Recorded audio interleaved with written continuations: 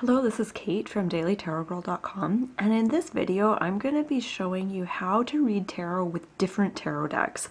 So you might be wondering, since there's so many different tarot decks out there, you've got your sort of classic standard Rider-Waite deck, which is what you see here on the left, but then you have all different decks that are, there's themed decks, there's there's probably thousands of different tarot decks out there. And so I want to address the question of whether or not a tarot card meaning changes depending on what deck that you're using. So the answer to that question is yes and no. So I want you to think, I like to use the analogy of two buildings being built side by side. So I want you to just kind of imagine two identical buildings being built side by side, and they both have the exact same floor plan, the same building materials are going to be used. It's two identical buildings. But once those buildings are built, one building might choose to decorate its interior with, modern art and leather furniture and chrome artwork and stuff like that.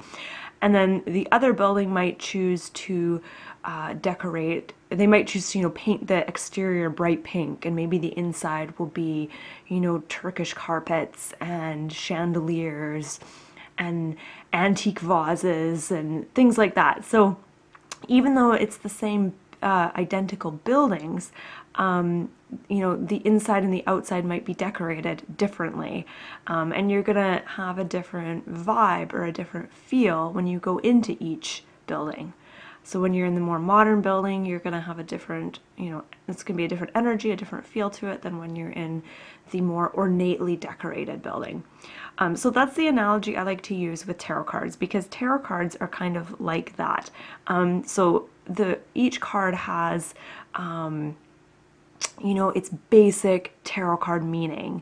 And if you're using a deck that's based on the Rider-Waite Smith structure, then regardless of what deck you're using, each card is going to have its basic tarot card meaning, but then it's going to differ depending on how the artist has depicted that card. So I'm going to just give you an example here. I've got two cards from two different decks. They're both the Eight of Cups.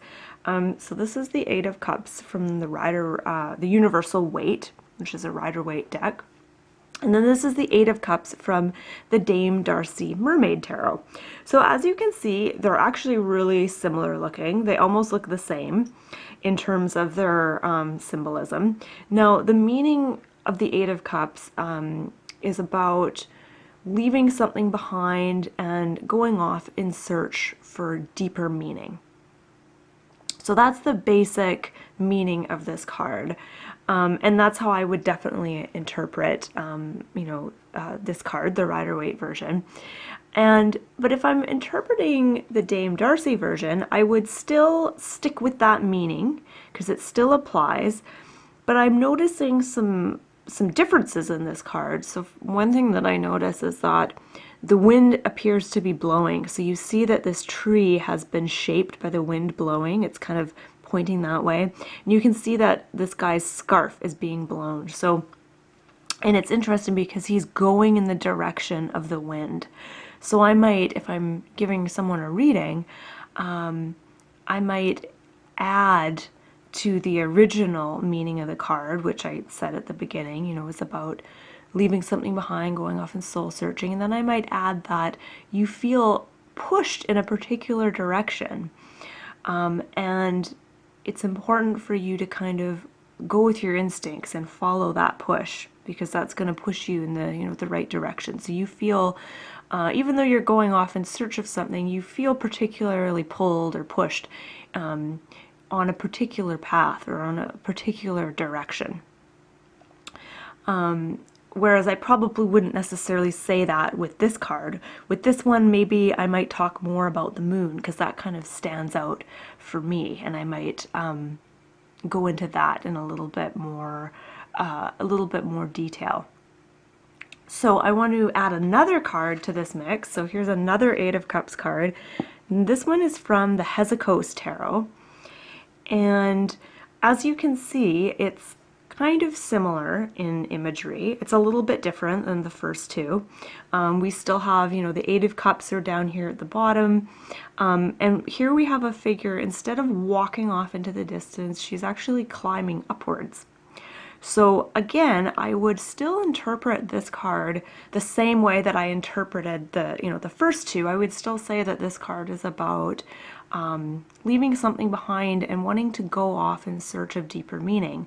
But because I notice she's climbing up a cliff, I might emphasize this this need or this desire to go higher, to ascend with something. So to get to the next level, to get higher up, and particularly to get higher up to get perspective. So I might say, if I was giving a reading for someone, I might emphasize that they maybe don't feel like they have much perspective right now. They know that they want something more. They know that they're, you know, being called to do something different.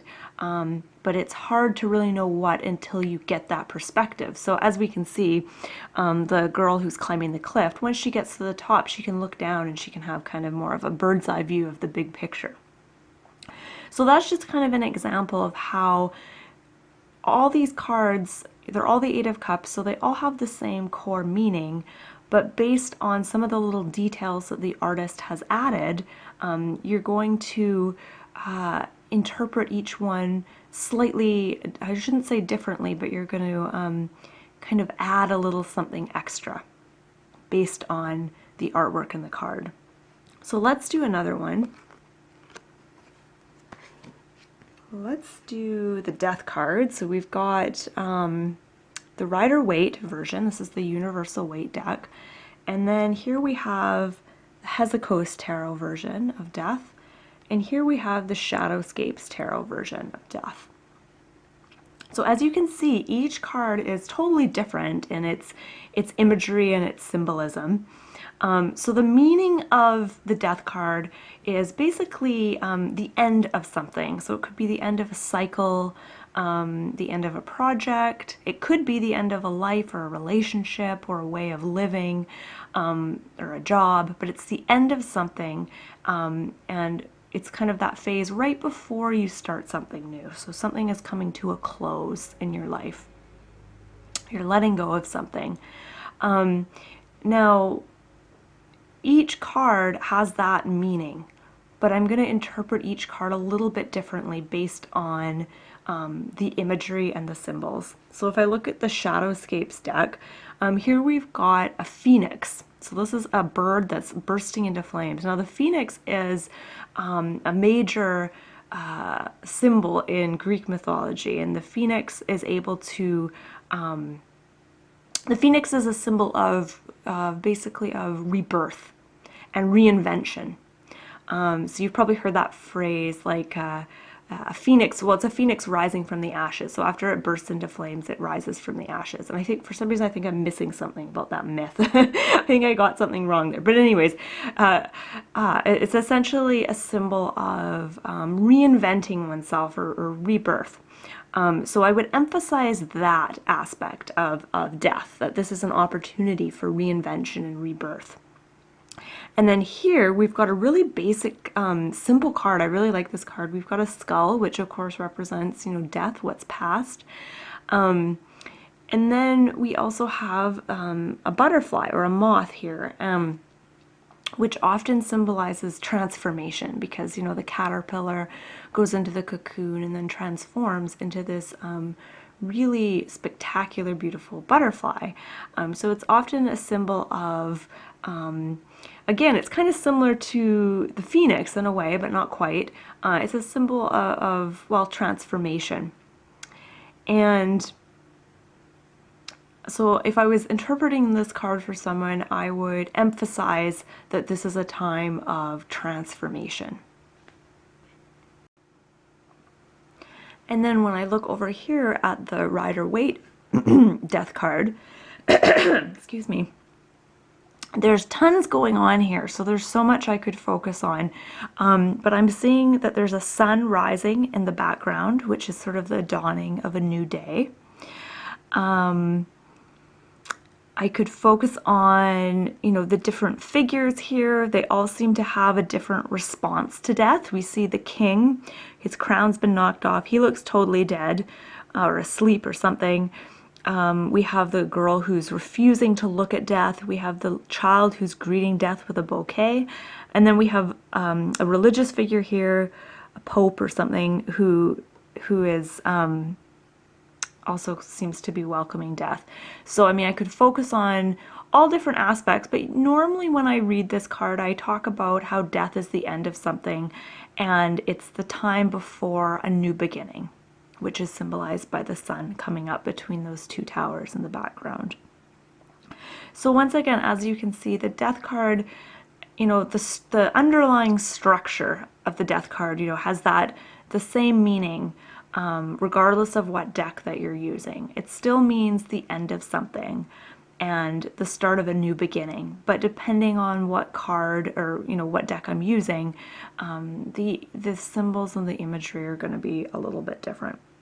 So I want to do one last example, and this one's kind of interesting because even though I said in the beginning that each card essentially will have the same underlying meaning, in some decks it doesn't. So here I've got, this is the Wildwood Tarot, and the Wildwood Tarot is very loosely based on the Rider-Waite Tarot, which is this card. So with the Wildwood Tarot, all the suits have been renamed. So I think swords are arrows, wands are bows, pentacles are stones, and so a lot of the cards have been kind of reimagined, and a lot of the cards are actually very different and actually do have a different meaning. However, it's quite obvious what that different meaning is. So here we have the Four of Pentacles in the Rider-Waite card, and then here we have the same card in the Wildwood Tarot, except it's called the Four of Stones. And as you can see, on the bottom it has the word protection. So it's the Four of Stones, and then protection is the key word to, you know, symbolize this card, or to sum up the meaning of this card. So the Rider-Waite card, this one, I would interpret, well, the meaning of the Four of Pentacles is about, Pentacles has to do with, you know, money, wealth, and the Four is about kind of hoarding and keeping things to yourself. So it depicts someone who might be worried about money, who might feel a need to save money or to hoard and be really, you know, kind of cheap or, you know, stringent with how they spend their money.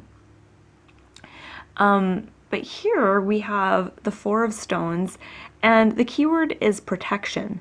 So this is about being protected and feeling safe. So really, they're very similar because the Four of Pentacles is also about trying to feel safe by hoarding things and hoarding money and not spending and keeping things, you know, to yourself. That's a response to being afraid of something. So the meaning is very, very similar, but if I was interpreting the Wildwood Tarot, I wouldn't mention money or saving money. That wouldn't really come into it. I would focus on the need to feel safe and feel, you know, insulated and protected. Yeah, so I hope that has cleared some things up for you, and I hope that will assist you as you move forward in your tarot studies. So my name is Kate, and you can check out my website, dailytarotgirl.com.